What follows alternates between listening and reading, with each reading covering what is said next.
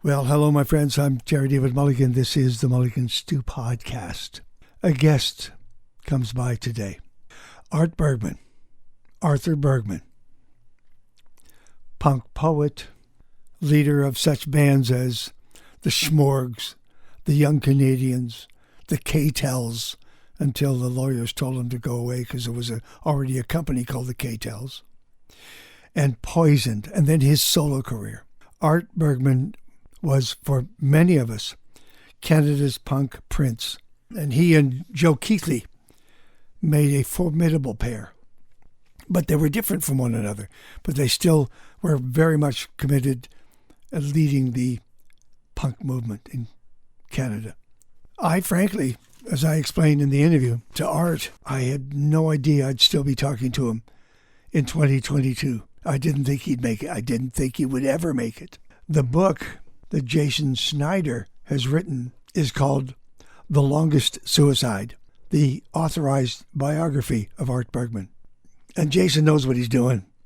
He's written for Acclaim, The Globe and Mail, Toronto Star, Paste, American Songwriter. We found him in Kitchener. We found Art Bergmann in Airdrie, his home for the last number of years. He lost the love of his life, Sherry Decembrini, and he's rebuilding himself now, somewhere between Airdrie and Vancouver. I think he might end up in Vancouver again. The thing about Art Bergmann is that the music business had no idea what to do with him. Because he was a hard ass. He was a tough nut and was very difficult to work with. He had a bad reputation, but that went with punk music. That's what punk was about. Anyway, he saw it out. His solo career slowly started to move in the right direction. And in terms of the business, let me give you an example. Art Bergmann, who had been dumped by Epic Records and Sony Music, the very same day that he won the Best Alternative Album at the 1995 Juno Awards for his solo album, What Fresh Hell Is This? That same day had cleaned up a very deadly heroin habit and occasionally could be found bussing tables at Rancho Relaxo on College Street to make ends meet while working on his next album, 98's Design Flaw. So the book has been released. It's called The Longest Suicide, the authorized biography of Art Bergmann, Jason Schneider, with a foreword by Michael Turner. And the most wondrous thing of all is that a couple of years ago, out of the blue, it was announced that Arthur Bergmann, was becoming a member of the Order of Canada. The leader of the Schmorgs was being knighted. A conversation with a man who I thought would be a ghost by now. Great friend. Loved the man, Art Bergmann. And I'm very happy to meet Jason Schneider. Way to go, Schneids. This whole interview, by the way, was Zoom videotaped and can be found on the Terry David Mulligan YouTube channel. Enjoy. You got me? I've got Art Bergmann. I've got Jason Schneider. And we are, because there's a camera involved, because we're Zooming, I'm holding up now for public consumption, The Longest Suicide, the authorized biography of Art Bergmann, all shiny and everything, with a foreword by Michael Turner. And that's where I'm going to start right now. The story of Art Bergmann's career is perceived by many to be a succession of failures. But the story of Art's life, ? If Art doesn't have the best story, it's always the most magical. Michael Turner, February 2022. I never saw it ever as a series of failures. I saw the failure to be in us, to not perceive what you were laying down. That's me. After doing all Are you confessing? Yes, I am confessing. God damn. And I'll tell you this, I've done a lot of interviews in my time, but this one has caused me to confess to myself that the story's too big for me to do in a 30-minute interview, but I'm going to try my best. That's all I'm going to try to do. And thank you, Jason, for spending your life and time to put these words on paper and let us read them, Tell me, who pitched who? Did Art pitch you or did you pitch Art?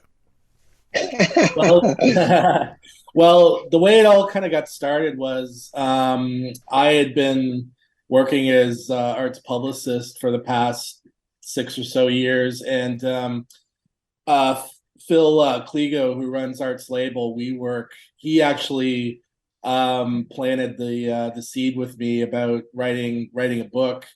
And yeah, I thought, well, why not? It's, to me, it's the greatest rock and roll story never told up until now. So um, I pitched it to Art. We started having regular conversations, just talking about his life. And then I sort of went from there and started contacting people who've known him, worked with him. And yeah, over the course of maybe about 3 or 4 years, it all kind of came together. So yeah. And how much of the story did you actually know, Jason? Well, I knew a fair bit. I'd actually written about Art in my the first book I did, Have Not Been the Same. That was when we first met, when that would have been like in the mid 90s, 1996 or so, when Art was living in Toronto. So I guess you could say it kind of dates back to then, when I kind of got started on it. Did you have to pry him open with a can opener, or did he spill it out? No, he was good, but Okay. but the reason I kind of decided, well, people will know right away when they open the book, that I decided to keep Art's quotations Yeah. separate from the Yeah. main text, just because I feel like the way he speaks is unlike anyone else I've ever met in my life. So I wanted to really kind of convey his voice as accurately as I could. Hey, Art, when Hey, there's a certain strength in living a life, the ups and downs, the ins and outs, but then talking about that life, revealing that life, sometimes can throw people for a loop. How were you with the reveals? I'm always willing to tell the truth, as anybody who's listened to my songs closely knows. A book, yeah, the truth of the stories is actually stranger than the gossipy stories about me that aren't true. How much did you forget? I forget nothing. No, come on. Uh, No, it's come all on. here in my little black book. Did you write everything down? Who, me? Sometimes pages and pages of what happened, conversations, and it gets condensed and edited down into a song. So when the song is played, or I recall it, that I remember the story of the construction of that song. So I have a really accurate memory of what happened, when, and where, I've had moments here, even in the blackouts. recently, where I'm looking at a photo and I'm in the photo, but I can't remember being in the photo or being with, for example, Joni freaking Mitchell. How could I possibly not remember being in the same room and doing an interview with Joni Mitchell? How do you forget something? You were a sexist back then. You didn't. That's a joke. Listen, all I'm saying is, were there moments in recounting this with Jason?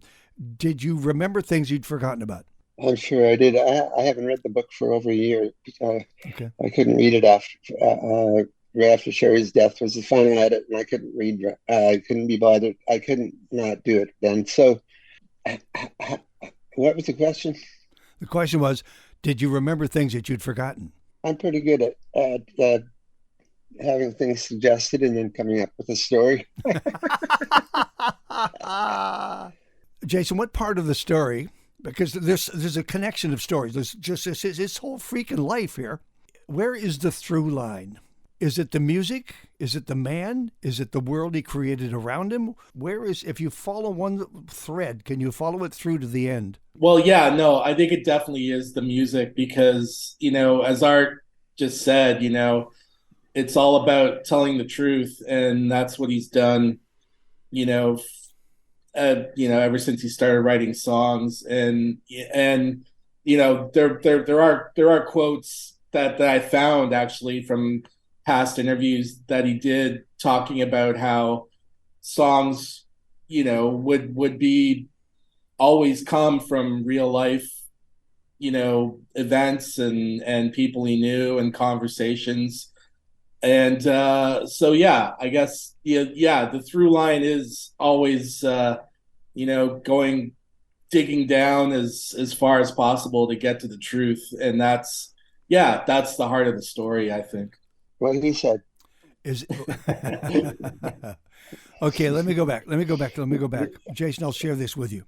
Sure. My world was involved in much music and not arts world.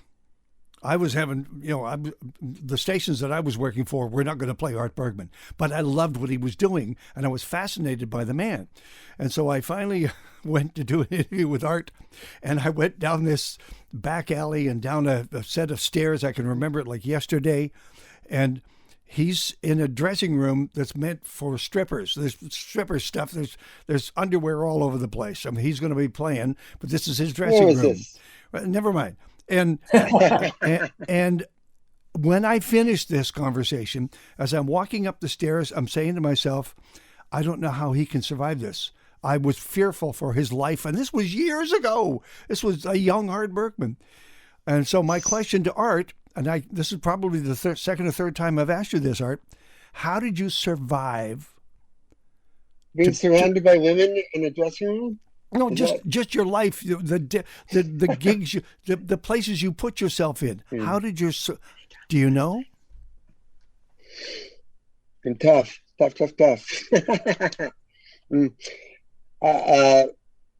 just wanted to play music. I would go through hell and high water to play my songs. I'd play anywhere because look how we started in Vancouver. We had to get the Smiling Buddha to hire original bands because there was nowhere for them to play. Yeah. And same deal, like Hastings and Maine. It was a brutal environment. It still is. But the clubs that were available in those days were hardcore, low-end dives, shall we say. And, yes. That was your world. That's what I remember. Yeah. And I was worried about you then. I don't worry about you anymore. I think you've survived yourself. Survived a lot. I got to tell you, Jason, this is a great read. This is turmoil in a jar. It's every page you're thinking, how close is he going to come to shortchanging the end of his life? And well, I think it's a celebration that he's here. That's what I'm saying. Yeah. Well. Yeah. Thank you again, Terry. Well, I mean, the great thing when I was first laying out the book, it did feel like, there were distinct chapters in Art's life, and that sort of made it easy to kind of plan it. But I think Art, you might have said to me at one point too, that you felt like every 5 years or so, you'd kind of cycle through, people and friends and collaborators. And I guess that sort of played into how I kind of structured the book as well. Hey, Art. Hey. Were there times when you didn't feel at all welcome anywhere in the music business? Yeah, I quit for 10 years, remember? Yep. 2000 to 2009, 10. Yep. I would say the odd show, but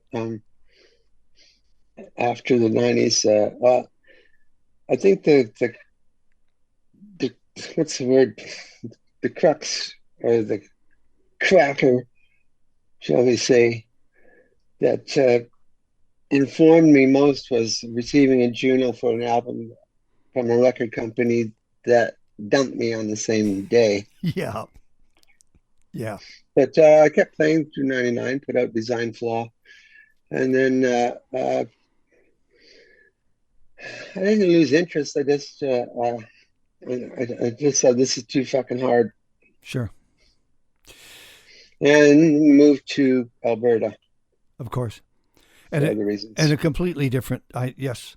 Well, that was personal. That was family. That was, those were decisions that were literally made for you because they're part of your blood. It's as simple as that, We're talking children and grandchildren and that. And you found your way. Did music come and find you? I think the push was Phil at WeWork. He asked the Great Lakes swimmer singer Tony what he wanted for his birthday, and Tony was a fan of mine and asked if I could come to Toronto and play a show with him for a birthday present, and that got me got me writing again. Nice. Hmm. And that, I mean, the Decker did a great thing. He really did. He was a big fan Yeah. of your music, and when someone, when they gave him the opportunity to, who do you want on this stage with you, he suggested you, and Hmm. and it made sense to him. Then it was somebody showed faith in you, somebody showed a character to step forward and say, yeah, Art Bergman, that's the guy. Hmm. Yeah, well, and I think that was another common thread with the book too. That everybody that I interviewed, Exactly. I've said this before, but everyone that I interviewed had nothing but the highest praise and love for art, Yeah. and Yeah. to be honest, that kind of surprised me. I was That expecting surprises me too. I was expecting at least a couple people to say some negative stuff, but no, it was so I mean, I think, the music it's touched a lot of people's lives. There's no doubt about it. And it still does, We look at the people right now who are doing everything they can to make sure that art keeps making music. It's because they want to hear it. They want to hear his voice. Arthur? Well, you talked to the right people. You didn't talk to the people I had to rip off when I was homeless. But True. I mean, homeless is kind of touch and go down there.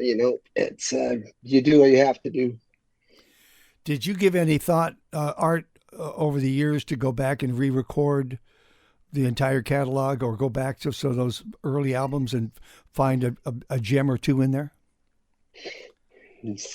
They're all gems.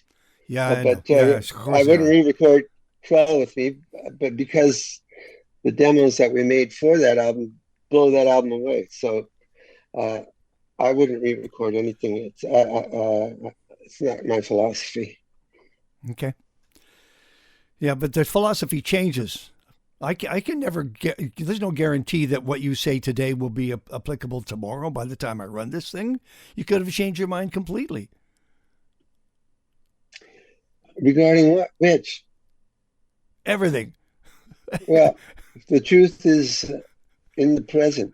The past is. No, give me that stuff. Come on. What do you want to know? Well, what I want to know is, what going forward? Yes. Would you go back and revisit some of those songs, or just keep because you I have? don't need to. I'm busy writing new songs. Okay, let me see. What do you got? Oh my God! I have half a new album. How many of those books have you got? Well, after Sherry died, I filled about 6 of them, but this last one's got 30 pages of lyrics. And so that's that. When you start to record and you start to do your songs, you go back to the book for the lyrics, and sometimes you combine a song from page 1 and song from page 9 together into one song. No, I work on one song until it's done. So, hence this one here. Look at all that gibberish got turned into 5 beautiful verses here. Nice. Mm-hmm. Wow. Did you go through those books, Jason? Did you look at his lyrics?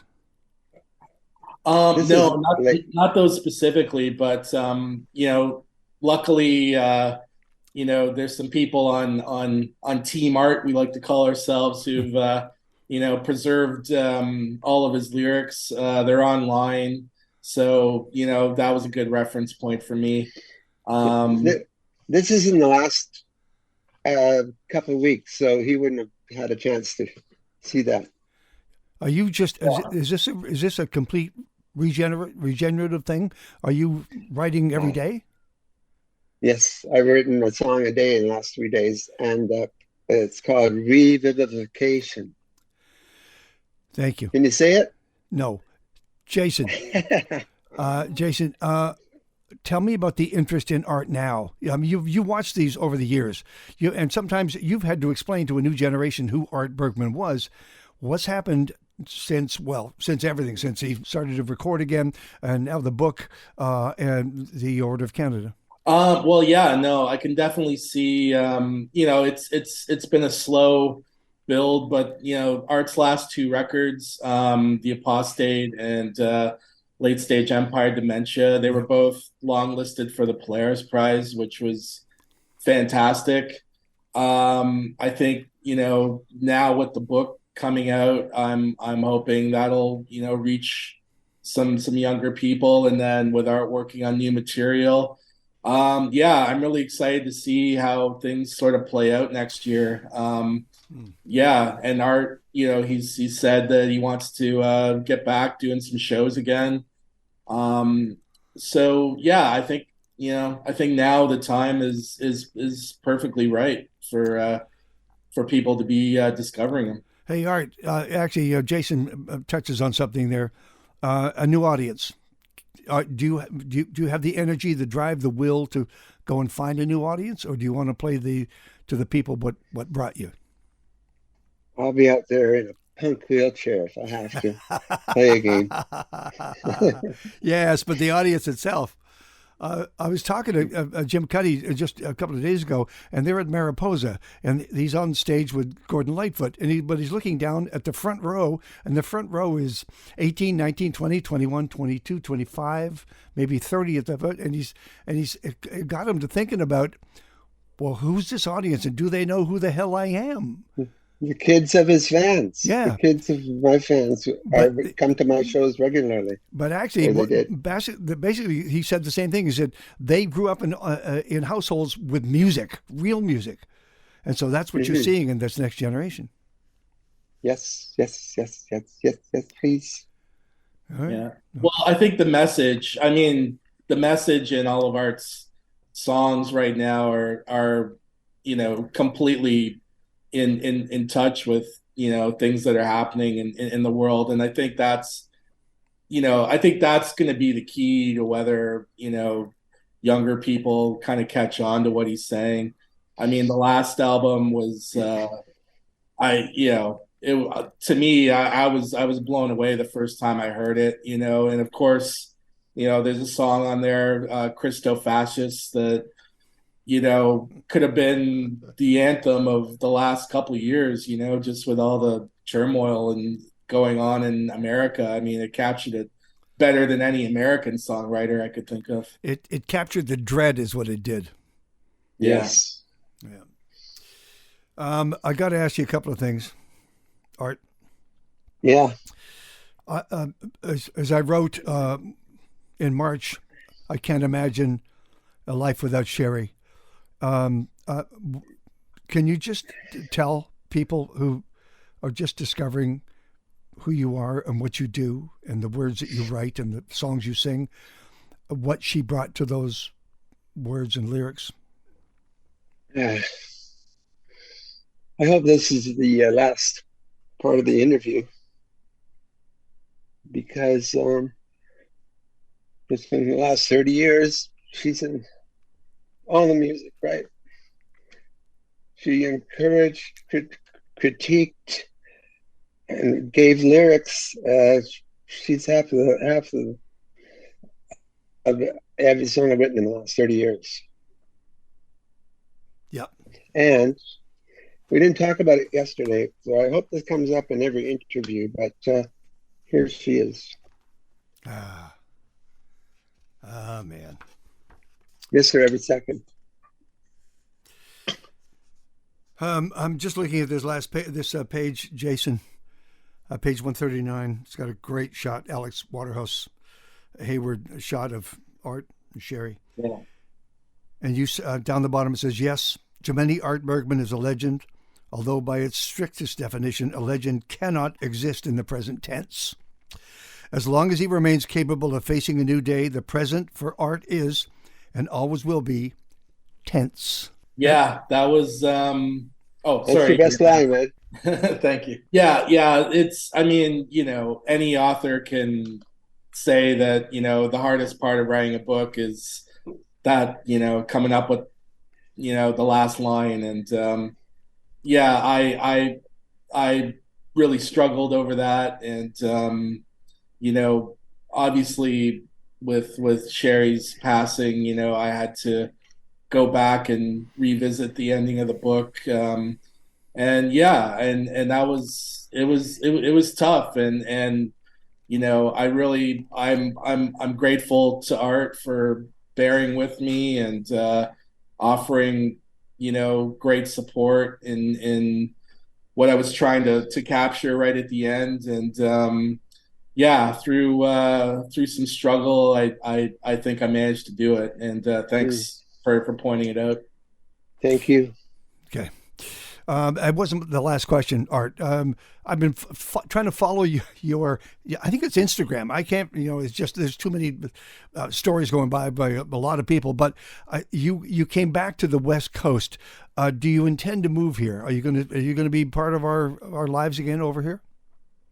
I came back for we had a big gathering for Sherry on the West Coast Yeah. because that's where we decided to have it at my brother's place. But I'm in flux right now. I'm still in the farmhouse in Alberta, and slowly, perhaps I'll get there. But my headquarters are still here, but I have units working for me all over the country. Did you like being back here? Did you bumping elbows with friends that you hadn't seen in a while? Oh, are you kidding? It was glorious to see everyone again and get their arms around me. Physical proximity to love There you go. is there's no substitute. And here's a serious question. I always ask you this: how is your health? How are you doing? I'm in transition now from an intense state of being completely clean and sober after a lifetime of opiates and alcohol. So it's improving. I'm going to start swimming soon so I can play guitar on stage again. Okay. I like the fact, Jason, that you in the book you talk about uh, uh, uh, uh, Joe Keithley becoming a counselor in Burnaby, and Art speaking to politics and getting the Order of Canada, and how perhaps one of the great offsprings of the whole punk movement is now showing itself in a counterculture voice, raising issues and shining light on crappy people.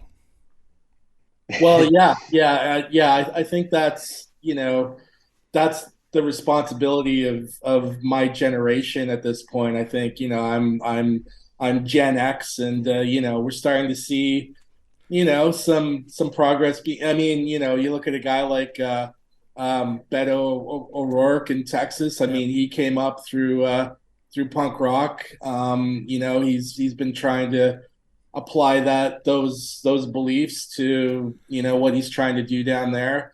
You know, we're starting to see that more here in Canada. Obviously, we had Chuck Angus and Andrew Cash in Parliament. So yeah, I think you know, we just got to keep fighting it. And you know, there are people out there doing some great work. What do you think, Art? Keep fighting.